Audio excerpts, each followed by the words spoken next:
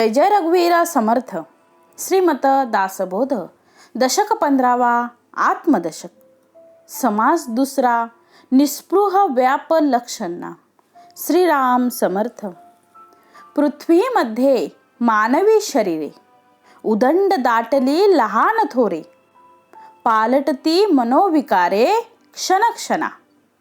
या समासाचं नाव फारच सुंदर समर्थाने दिलं आहे. या समासाचं नाव आहे निस्पृह व्याप लक्षणा. या निस्पृह व्याप लक्षणामध्ये आजपर्यंत आपल्याला कल्पना आहे की व्याप म्हटला की त्याच्या मागे स्पृहा असते. आता स्पृहा म्हणजे नेमकं काय? तर इच्छा, कुठली तरी कामना असते, कुठला तरी स्वार्थ असतो आणि म्हणून तो व्याप वाढत राहतो.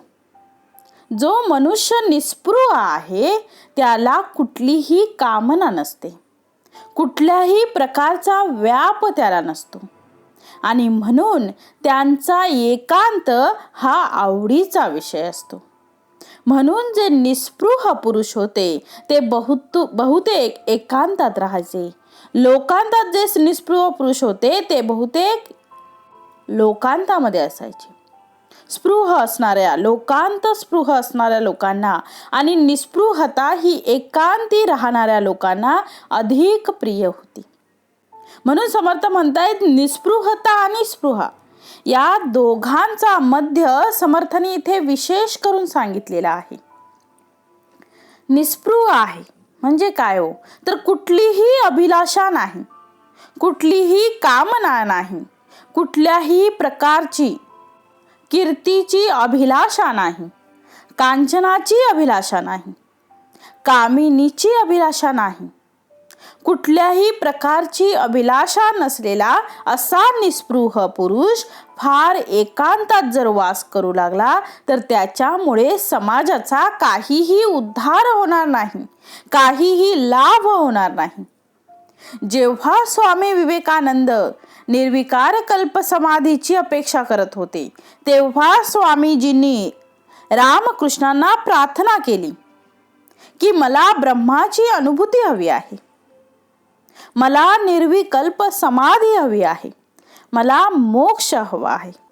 त्यावेळेस ते म्हणाले की माणसाने स्वतःपुरता मर्यादित राहणे आणि फक्त स्वतःचा विचार करणे हे सत्पुरुषाचं लक्षण नाही आहे. ते सगळे आपला उद्धार करतात आणि इथून निघून जातात. पण जो जगदोद्धाराचा विचार करेल असा कोणी निस्पृह व्याप वाढवणारा पुरुष हवा. मग निस्पृह व्याप वाढवणारा पुरुष याचा अर्थ की ज्याच्या जवळ निस्पृहता तर मुळातच असते, पण तरी सुद्धा त्याला समाजाची तळमळ असते. ज्या काळात समर्थ होते तो काळ म्हणजे 1600चा काळ होता. समर्थांचा जन्म 1608 साली झाला. संत तुकाराम महाराजांचा जन्म सुद्धा 1608 सालचा आणि छत्रपती शिवाजी महाराज सुद्धा त्याच काळात कार्यरत होते. या समाजाची रचना त्या काळचा विचार केला तर मोठी निकट होती. सामाजिक परिस्थिती, राजकीय परिस्थिती आणि आध्यात्मिक परिस्थिती या तिन्ही अवस्थेमध्ये सगळीकडे गोंधळ उडालेला होता. तो गोंधळ मिटवण्याचं काम त्या काळी असलेल्या महापुरुषांनी केलं आणि त्यामध्ये संत तुकाराम महाराजांचं नाव आपल्याला माहीतच आहे. त्यांनी आध्यात्मिक बाबतीत सगळा गोंधळ मिटवला. राजकीय गोंधळ होता. छत्रपती शिवाजी महाराजांनी हिंदवी स्वराज्याची स्थापना करून सगळा गोंधळ मिटवला आणि श्री समर्थांनी त्याच काळामध्ये एका बाजूला राज्य साधना आणि दुसऱ्या बाजूला आध्यात्मिक या दोन्ही गोष्टींचा विचार समर्थांनी केला. अध्यात्मनिष्ठा, अंतर्मुखतेचा अवतार गृह आणि समाजनिष्ठ बहिर्मुखतेचा दक्षिण ध्रुव, अध्यात्मनिष्ठा अंतर्मुखतेचा उत्तर ध्रुव आणि समाजनिष्ठ बहिर्मुखतेचा दक्षिण ध्रुव यांचा सुमधुर समन्वय स्वतःच्या मानसिक पातळीवर थाटून समस्त समाजाच्या आध्यात्मिक आणि आदी भौतिक स्तरावरील उन्नयन करण्याचा मोठा व्याप श्री समर्थांनी केला. समस्त समाजाचा आदी भौतिक आध्यात्मिक स्तरावरील विकास संतांनी केलेला आहे. म्हणून या समासामध्ये समर्थांनी तिन्ही गोष्टींचा विचार केलेला आहे. एका बाजूला राजकीय, दुसऱ्या बाजूला सामाजिक आणि तिसऱ्या बाजूला आध्यात्मिक काही ओवींमध्ये समर्थांनी राजकीय गोंधळ कोणता आहे तो सांगितलेला आहे. काही ओवींमध्ये सामाजिक कुठला प्रश्न होता तो सांगितलाय आणि काही ओवींमध्ये आध्यात्मिक गोंधळ काय झालेला आहे तो सांगितलेला आहे. आणि हा सगळा गोंधळ मिटवण्यासाठी निस्पृहाची कशी गरज आहे आणि त्या निस्पृहाने कसा आपला व्याप वाढवला पाहिजे आणि निस्पृहाने कुठलं कार्य केलं पाहिजे, जरी त्याला स्पृहा नसेल तरी सुद्धा समाज हितासाठी संत तुकाराम महाराज म्हणतात त्याप्रमाणे फुडते हे जन न देखवे डोळा, म्हणून कळवळा येतो आम्हा, जगाच्या कल्याणा अंताच्या विभूती, देह कष्टविती परोपकार हे.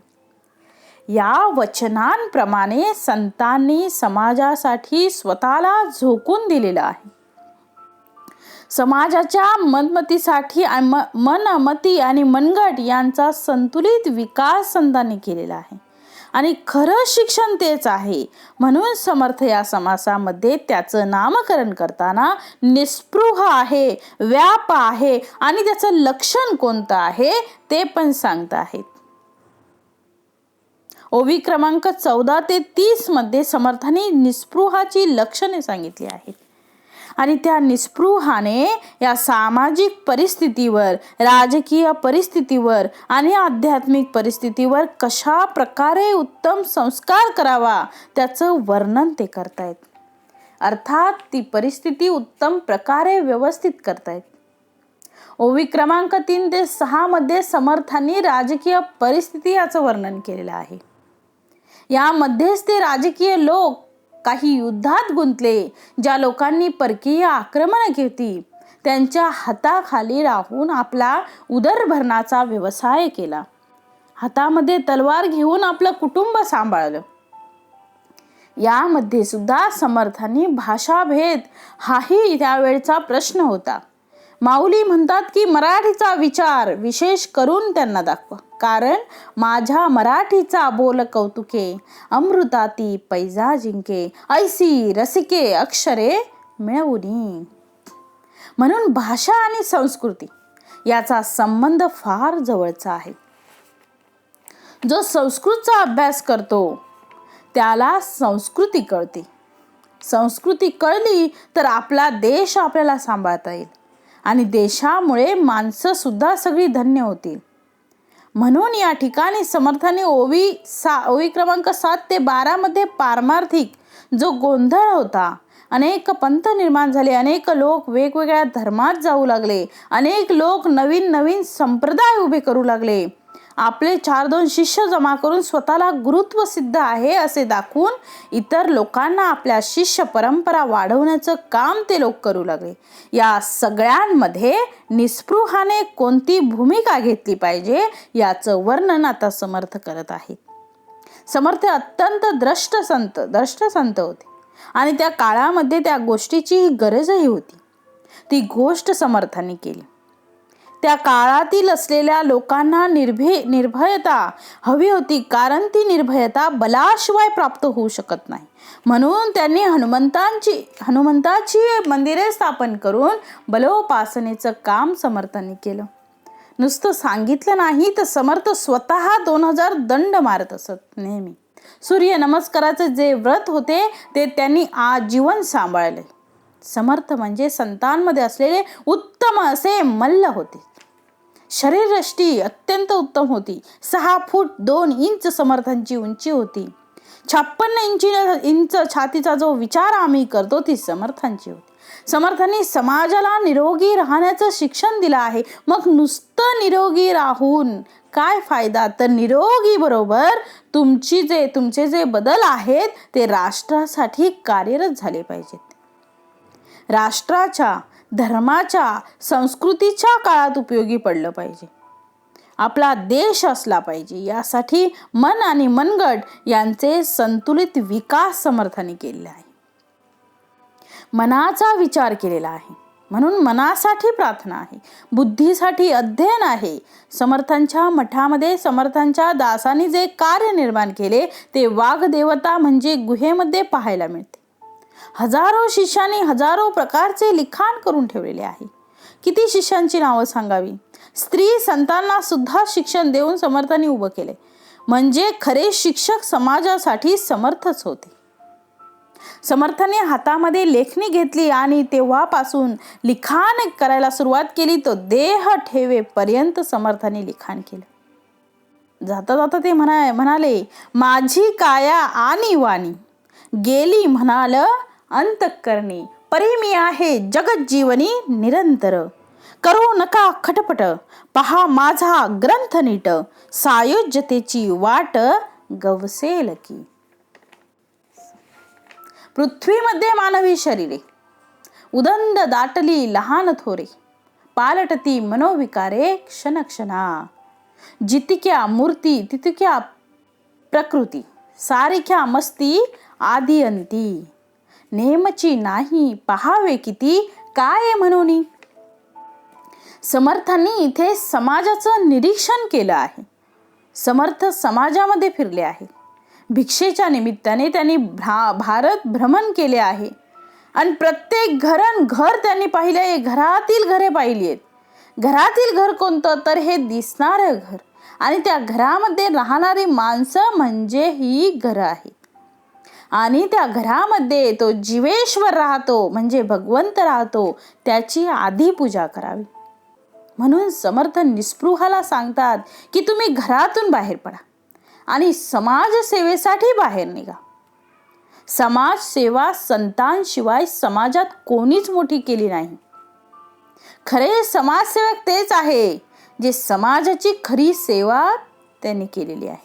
म्हणून समर्थ म्हणतायत, पृथ्वीमध्ये मानवी शरीरे, उदंड दाटली लहान थोरे. एका सारखे एक आहे का हो? कुणी लहान आहे तर कोणी मोठा आहे, कुणी काळा आहे तर कुणी गोरा आहे. रूपाने भिन्न आहेत, गुणांनी भिन्न आहेत, आकाराने सुद्धा भिन्न आहेत, विचारानेही भिन्न आहेत, आपल्या प्रवृत्तीनेही भिन्न आहेत. सत्व तम हे गुणही त्यांच्यामध्ये आहेत. काहीचा गुण जास्त आहे, काहींमध्ये कमी आहे, काहीमध्ये संमिश्र आहे. सगळ्या प्रकारचे लोक या समाजात राहतात. म्हणून समर्थ इथे म्हणतायत, जितक्या मूर्ती तितक्या प्रकृती, सारिख्या नसती आदी अंती. म्हणून म्हणता आहेत, नेमची नाही पहावे किती, काय म्हणून. नेमक काय आहे? सगळं पहावे लागते, त्याशिवाय कळणार नाही. आता त्यातले काही लोक कोणकोणत्या उदंडाला दाटले.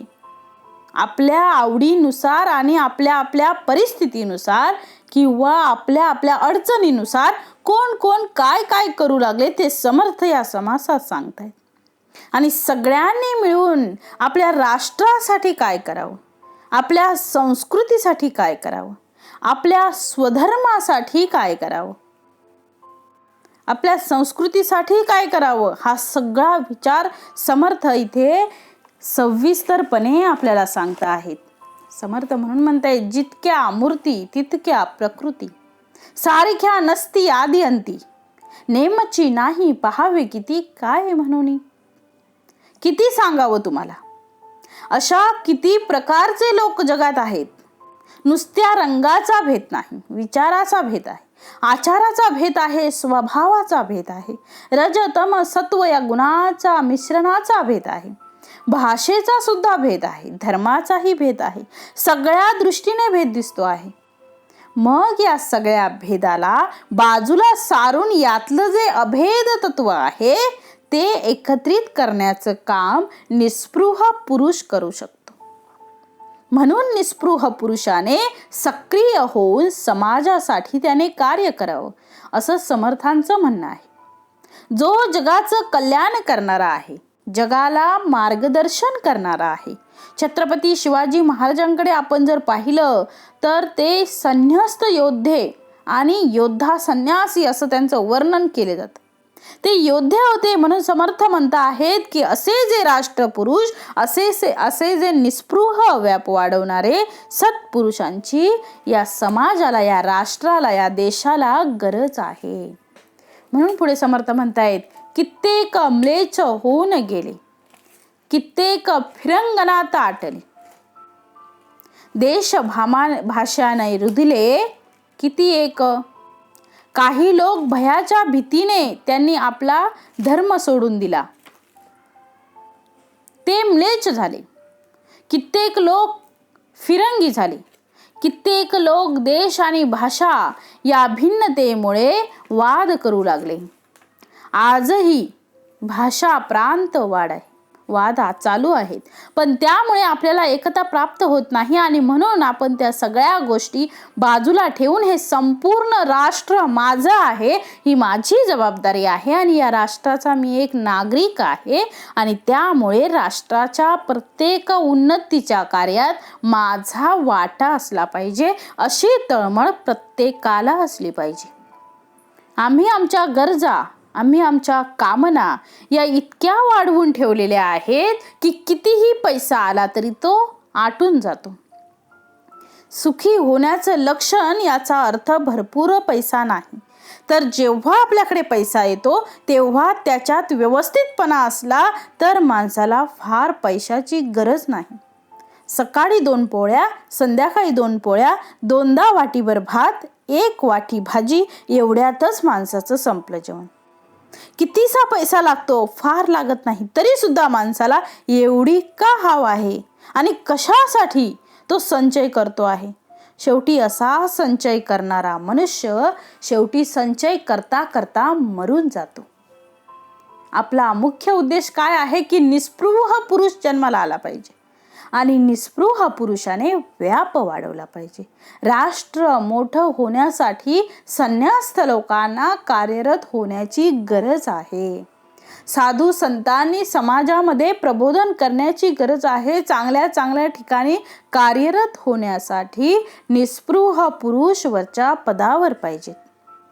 समर्थ पुढे म्हणत आहेत, महाराष्ट्र देश थोडा उरला, राजकारणे लोक रुदिला, अवकाश नाही जेवायला उदंड कामे.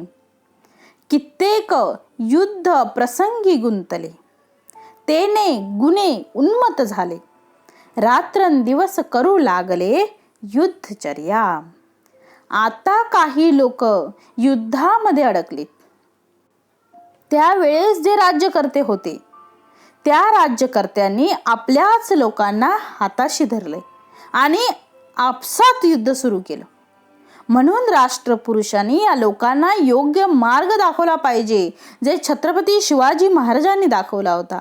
5 मावळे होते, मुठभर सैन्य नसेल, त्या माध्यमातून रायरेश्वराच्या मंदिरात प्रत्यक्ष आपल्या रक्ताचा अभिषेक भगवान शिवाला तो अर्पण करून हे राष्ट्र हिंदवी स्वराज्याची स्थापना आपण इथे करू. त्यांनी केली. त्यासाठी आपण सर्व एकत्रित येऊ अशी शपथ छत्रपती शिवाजी महाराजांनी घेतली. कारण त्यांच्या लक्षात आलं होतं की सामान्य माणसं किती दुःखी आहेत.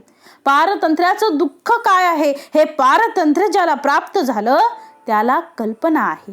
आज आपण सगळे स्वतंत्र आहोत, या स्वातंत्र्यामुळे आम्ही आनंदी आहोत. पण पारतंत्र्याचं दुःख त्यांना माहिती, ज्यांनी स्वातंत्र्याचा सूर्य त्यांच्यामुळे आम्हाला दिसला आहे, त्यांनाच ते माहिती आहे. त्यामुळे समर्थ इथे म्हणतात की अशा प्रकारे अनेक लोक कुणाच्या चाकरीला राहिले, त्या चाकरीला असल्यामुळे त्यांनी युद्ध करा म्हटलं की ते युद्ध करे आणि आयुष्य त्यासाठी गमावलं. त्यांना दिशा दिसेल कशी, तर कित्येक युद्ध प्रसंगी गुंतले, तेने गुणे उन्मत झाले, रात्रंदिवस करू लागले युद्धचर्या. उदिम्यास व्यासंग लागला, अवकाश नाहीसा झाला, अवघा पोट धंदाच लागला निरंतर. आता एका बाजूला काही लोक इकडे गुंतले, आता काही लोक राहिली ती बुद्धिवादी आहेत. समर्थाने त्या बुद्धिवाद्यांचा परामर्श घेतला आहे. समर्थाने कोणालाच सोडलेलं नाही. ज्या ज्या ठिकाणी चूक आहे ती चूक समर्थाने दाखवून दिलेली आहे. आता हा राजकारणाचा भाग जरी सोडला तरी आता धर्मकारणांकडे समर्थ येत आहेत.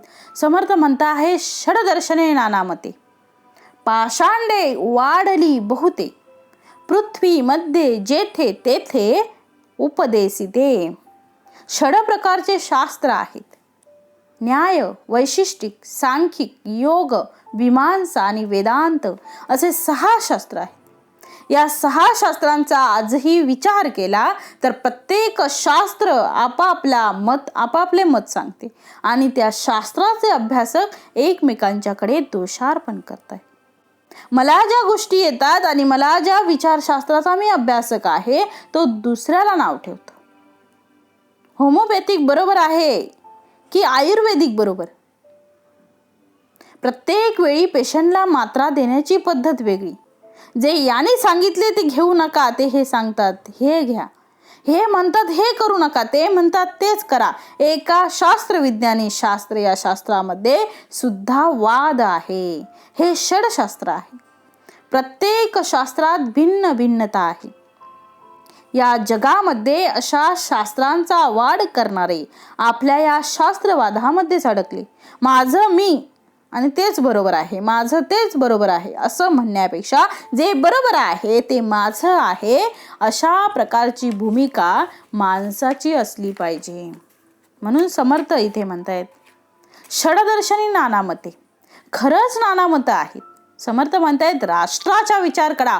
पुढे ते अजून सांगताहेत पाषांडी वाढली बहुते, पृथ्वी मध्ये जेथे तेथे उपदेसिते. पण जो उभा राहतो तो माझाच बरोबर म्हणतो. म्हणून पुढे म्हणतायत स्मार्थी आणि वैष्णवी उरली सुरली. समर्थ पुढे म्हणतायत स्मार्थी आणि वैष्णवी उरली सुरली नेली आघवी, ऐसी पाहता गथा गोवी उदंड झाली. किती स्मार्थ लोक आणि वैष्णव लोक यांचे वाद आहेत. आपली बाजू जी आहे ती जरी बरोबर असेल तरी सुद्धा दुसऱ्याची चूक आहे असं म्हणू नका. सगळ्यांची मतं त्यांच्या त्यांच्या ठिकाणी योग्य समजा आणि दोघांमधलं जे एक ऐक्य आहे ते साधून राष्ट्रासाठी समाजासाठी आपण विचार केला पाहिजे. त्यासाठी आपण झटलं पाहिजे. म्हणून समर्थ म्हणताय स्मार्थी आणि वैष्णवी उरली सुरली नेणी आघवी, ऐसी पाहता गथा गोवी उदंड झाली. कित्येक कामनेचे भक्त ठाई ठाई झाले आसक्त, युक्त अथवा अयुक्त पाहतो कोण. श्री समर्थ म्हणत आहेत की अशा प्रकारे नाना प्रकारचे संप्रदाय आहेत. आपल्या भारतीय संस्कृतीमध्ये आणि आध्यात्मिक परंपरेमध्ये नानाविध परंपरेमध्ये नानाविध संप्रदाय आहेत. वैष्णव संप्रदाय वेगळा, आनंद संप्रदाय वेगळा, वारकरी संप्रदाय वेगळा, समर्थ संप्रदाय वेगळा आहे, गणेश संप्रदाय वेगळा आहे. त्याखेरीज देवी संप्रदाय आहेत ते पुन्हा वेगळेच आहेत. त्यांचे ग्रंथ वेगळे आहेत, त्यांची महती वेगळी आहे. अशी सगळी विविधता आहे.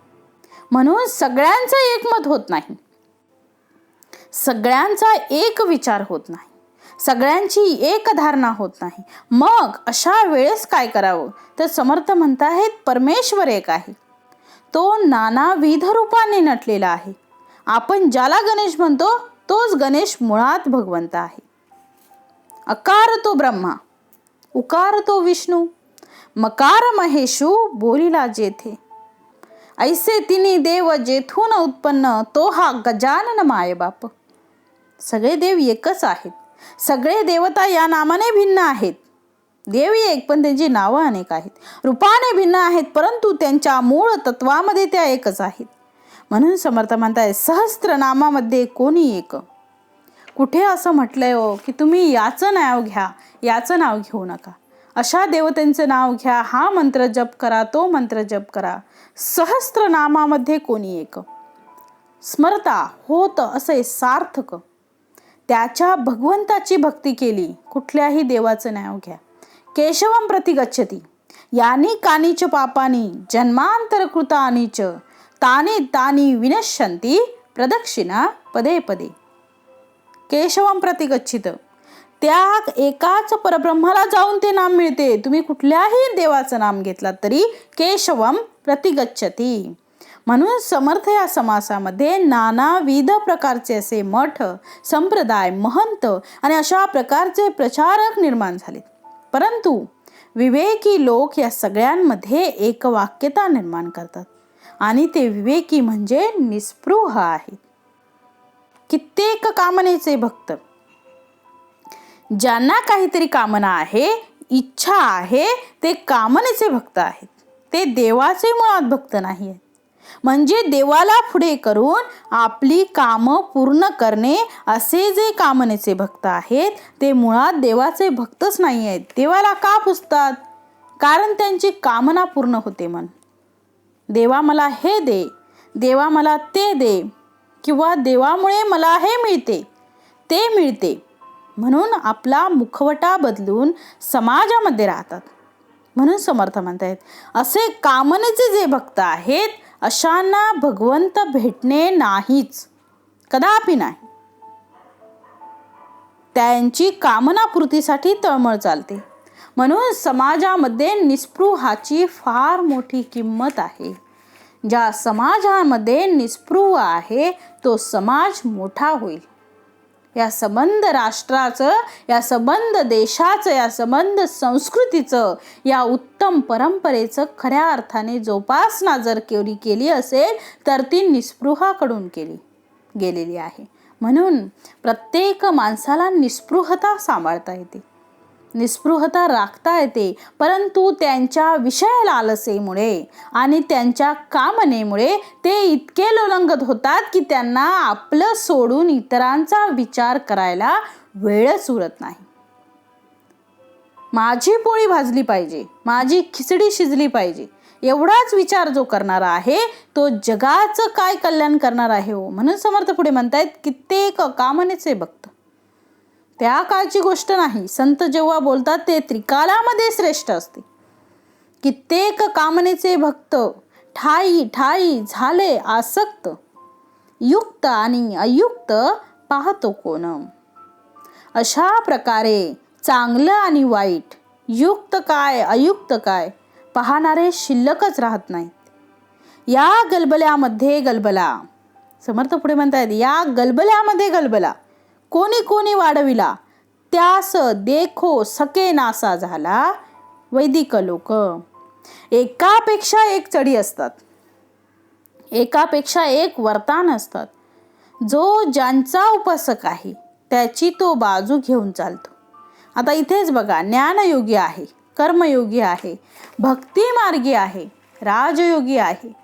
या प्रत्येक योगांचा जर आम्ही विचार केला आणि त्यांच्या उपासकांचा जर विचार केला तर भक्तियोगी जी लोक आहेत ते म्हणतात ज्ञान व्यर्थ, आणि ज्ञानयोगी म्हणतात योग महत्वाचा नाही, ज्ञान पाहिजे, त्याला भक्तीची गरज नाही. पण या सगळ्या भक्तांमध्ये जो विचारी आहे, विवेकी आहे, त्यांना सगळ्यांचं महत्त्व माहीत आहे.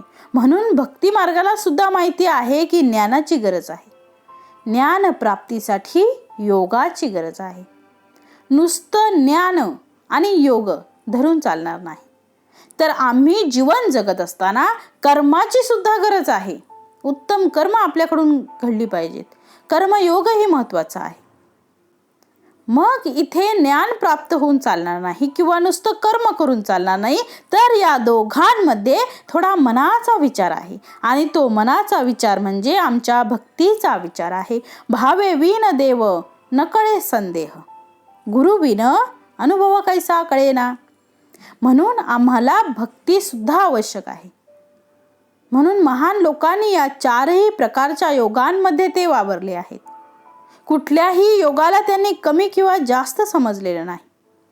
प्रत्येक योग आपल्याला योगापर्यंत घेऊन जाणार आहे हे त्या लोकांना कळले. ज्या लोकांकडे ही निस्पृहता होती त्यांना हे कळलं, त्या लोकांना कळलं ज्या लोकांना या संदर्भातलं ज्ञान होतं. मग त्या साधू संत लोकांनी त्याचा प्रचार केला. पण सामान्य माणसाला सगळे सोपे काय जाते तर भक्ती मार्ग हा सोपा जातो. ज्ञानमार्ग, योग मार्ग सोपा नाही आहे. कर्मयोगही लोक कायमस्वरूपी कर्म करणं हेही कठीण आहे. म्हणून प्रपंची राहायचं असेल तर प्रपंची राहा, पण संन्यासी होऊ नका. भक्ती करा, मुखाने नाम घ्या, हाताने काम करा. अशा प्रकारचा सोपा सरळ मार्ग संतांनी आपल्याला दिलेला आहे. म्हणून समर्थ म्हणता आहेत, त्याही मध्ये हरिकीर्तन तेथे ओढले कित्येक जन, प्रत्ययाचे ब्रह्मज्ञान कोण आहे. आता हरिकीर्तनकार जे आहेत ते हरिभक्ती करू लागले आणि त्यांच्या जवळ असलेल्या कला, त्यांच्या जवळ असलेल्या वक्तृत्वामुळे, संगीतामुळे लोक तेथे ओढले गेले. आजही समाजामध्ये पहा, संगीत ज्याला जाणते त्याला संगीत आवडते असा माणूस नाही आहे.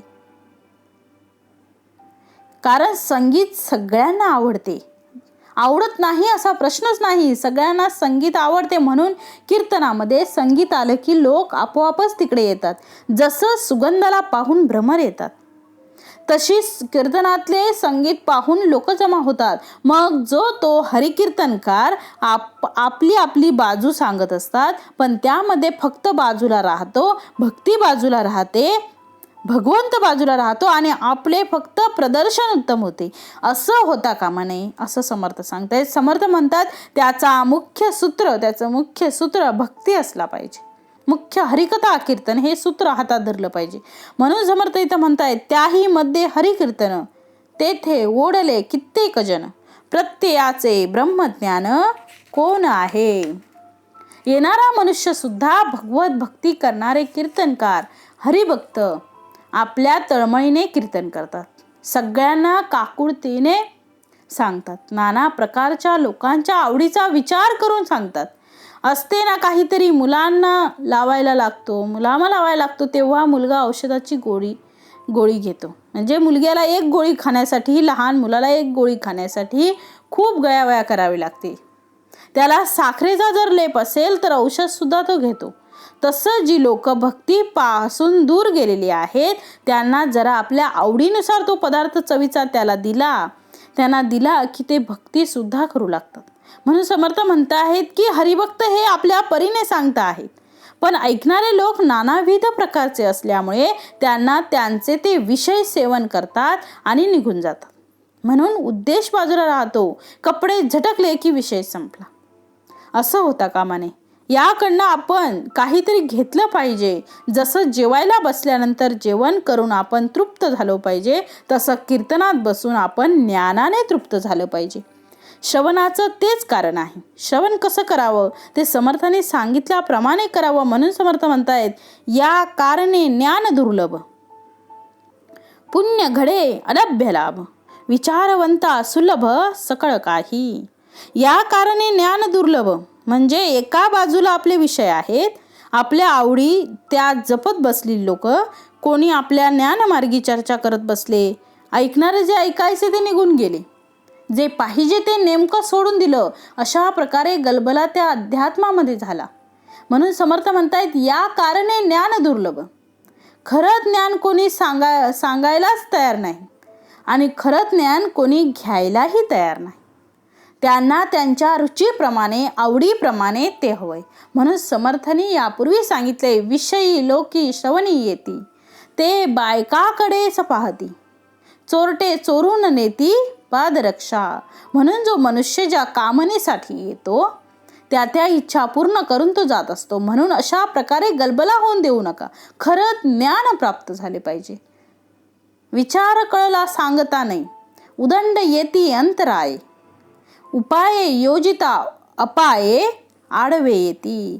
अशा प्रकारे समाजामध्ये निर्माण झालेला हा जो नानाविध प्रकारचा विचार आहे तो सांगत असताना समर्थ एका बाजूला राजकारण, दुसऱ्या बाजूला समाजकारण आणि तिसऱ्या बाजूला आध्यात्मिक अशा तिन्ही प्रकारच्या ठिकाणी असलेला सगळा गोंधळ समर्थ इथे प्रकट करता आहेत. आणि समर्थांचं मन तेथे तळमळतंय, या लोकांना कोणीतरी चांगला मार्ग दाखवणारा पाहिजे. आणि असा मार्गदर्शक दुसरा तिसरा कोणी नसून तो निस्पृहच असू शकतो, तिसरा नाही देऊ शकत. तुकाराम महाराज म्हणतात, आशा अभूत वक्ता धाक श्रोतयाच्या चित्ता. काही मागणारा जर बोलत असेल तर ऐकणाऱ्याच्या मनात धाक निर्माण होतो की बोलून झाल्यावर काय मागतो सांगता येत नाही. म्हणून अशा प्रकारे आषाढभूत असलेले जी लोक आहेत ते समाजाचे कल्याण करू शकणार नाही. म्हणून समाजाच्या कल्याणासाठी निस्पृहाची गरज आहे. म्हणून समर्थाने हा पुरा समाज त्याच्यासाठी लिहिलेला आहे. निस्पृह व्याप लक्षण नाम. समाजाने सुद्धा अशा निस्पृह महापुरुषाची किंमत केली पाहिजे. त्यांना डोक्यावर घेऊन नाचलं पाहिजे. निस्पृह निस्पृह आम्ही म्हणत राहिलो आतापर्यंत, पण निस्पृह म्हणजे काय, कशाला निस्पृह म्हणावं याचा उल्लेख समर्थांनी या पुढील ओळींमध्ये समर्थांनी निस्पृहाची लक्षणे सांगितली आहेत. अतिशय सुंदर सांगितली आहेत, ती ऐकली पाहिजेत.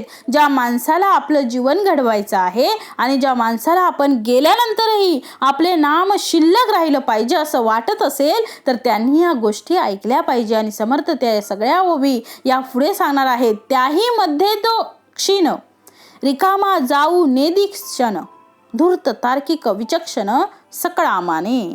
पहिलीच ओवी इतकी सुंदर दिली. समर्थ म्हणतायत त्याही मध्ये जो क्षीण तीक्ष्ण अत्यंत हुशार माणसं पाहिजेत.